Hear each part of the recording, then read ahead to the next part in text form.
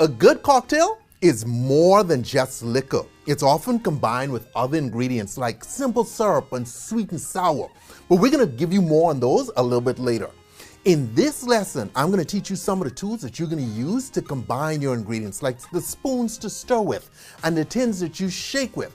We're also gonna show you some of the glasses that you can actually serve your drink in. Ready? Let's do it.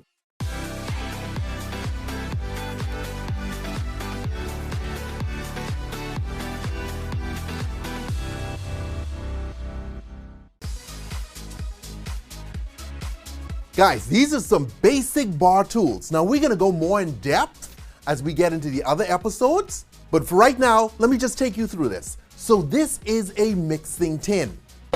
This right here is a mixing glass. You put the two of these together and you have yourself a nice Boston shaker, shaking your drinks. This right here is a Hawthorne strainer. And this fits on top of a mixing tin, keeps the ice in as you pour the liquid out. This right here is a julep strainer. And say you have a drink with some ice in this glass, this keeps the ice in as you pour the drink out. This is a conical strainer, and this can work with either one of these. So for instance, you have a very pulpy drink, you have some mint leaves floating around in there, all kinds of pulp. You do a double strain, so you pour into the conical strainer and this will catch the pulp, the leaves, whatever. Next, you have your bar spoon. You use this for stirring, you could taste with this, you could even layer with this using these spirals. This right here is a mixing glass. Some people call it a beaker. It depends, and you put some ice in here and you stir in this. Has a nice little spout here for you just to pour the liquid out once you're done. This is a muddler. There are lots of different kinds of muddlers, but you have your glass and you have, I don't know, pineapple, or you're making a mojito and you need to muddle the limes and the mint. You'd use one of these. This right here is a peeler. I'm gonna show you this. So this is an orange. I need a nice little orange wedge, and so I'm gonna go in and bang. I have it here, and I could go and squeeze this on my drink. I could garnish with this. Be careful with these. These have cut many a man, many a woman. This right here is a jigger for measuring alcohol. It has various measurements on each side. You pour your liquid in here, get it in, and you get an exact pour when you use a jigger. This is a pour spout. You fit this into the end of the bottle when you're pouring, and this gives you a nice controlled flow, so it makes it easy to measure when you're counting the amount of liquor in your head, which we can show you in later episodes. This right here is a lemon or lime squeezer. Okay, you put your lemon or lime in here and you squeeze it. Now I want to show you. Most people think that you would drop it in this way. No, you put it in face down and squeeze. And then last but not least, we have our garnish tweezers. So for instance, I have a piece of lime here and I'm trying to be hygienic, and I could just put this in your glass without actually putting my hands on it. Do I use those often? No, okay, I'm a hands-on kind of guy. All right, so that's just some basic bar tools. Let's get into some basic alcohol terminology. You have mixed drinks and you have cocktails. We use those words interchangeably, but they are different because a mixed drink is two ingredients: vodka tonic, Jack and Coke, tequila soda, vodka cranberry. Those are mixed drinks.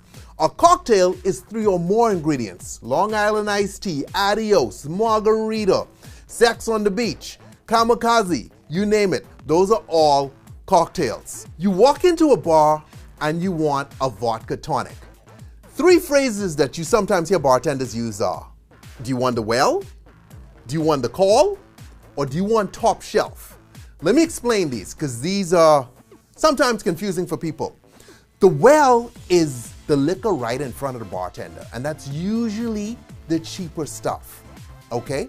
The low-cost stuff, the stuff that's economical for those of us on a budget.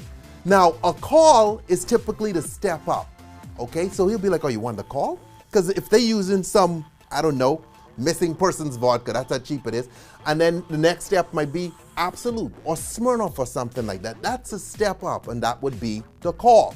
Or you have the phrase top shelf, and that is the top of the line stuff that this bar has.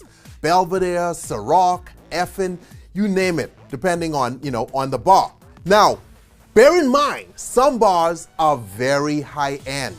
Therefore, Belvedere or Ciroc could be the well, okay? You could already have top shelf stuff in the well. There are some bars like that, but that's good to know when you walk in. What is your well? And if you hear a well is Belvedere, then you know that every drink in there is very expensive. Neat versus straight up. What's the difference? So neat refers to when you have your liquor and you just pour it into the glass. There's no ice, there's no chilling, it's room temperature. That is neat, as is.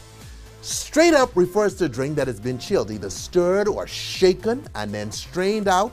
Okay, it's chilled, and that is up. So neat versus up. On the rocks is pretty straightforward. Even if you've never been into a bar, you know on the rocks refers to on ice. So whatever drink it is, it's poured over ice and served to you. There are thousands of glasses in the world of bartending, all for very specific purposes. I can just show you a couple of them and you can play with them. Okay, so this right here is a pint glass. You can put your beer in here, or you see sometimes they use this in drinks like Long Island's, Adioses. This can even be used as a mixing glass with a mixing tin to turn into a Boston shaker. Next, you have a rocks glass, and you get drinks like Old Fashions, Negronis, Boulevardiers. A lot of bars will put Jack and Cokes and vodka tonics in a glass like this. Next up, we get into the martini sort of category. So this is a coupe, this is a martini glass, but these used interchangeably now. Your Manhattans, your martinis, those are used with this kind of glass, even though this was originally created for champagne. Right here, we have our margarita glass, little cactus leaves on the side. You go to bars and you order margarita, it could come in any kind of glass. You guys know that. Like you see this sometimes, but not often.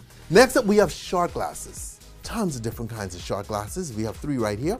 Bear in mind something though. The typical shot size in the United States of America is 1.5 ounces. So if you shake a shot with ice and you pour it in, you need a glass that's bigger than 1.5 ounces to hold all that. So if you buy an 1.5 ounce glass for shots, it's gonna overflow a lot. Next up, we have the Collins glass, okay? Sometimes referred to as a highball glass. A lot of times you see gin and tonics in glasses like this.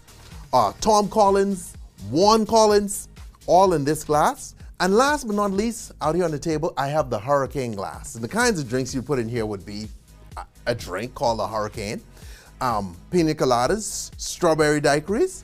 So this is just a couple glasses for you to get started on, but there are tons out there. Have a lot of fun. Be advised, none of these glasses here can make your drink taste any better.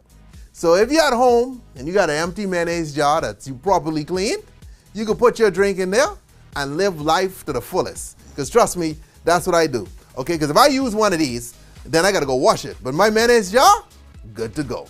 Stay tipsy.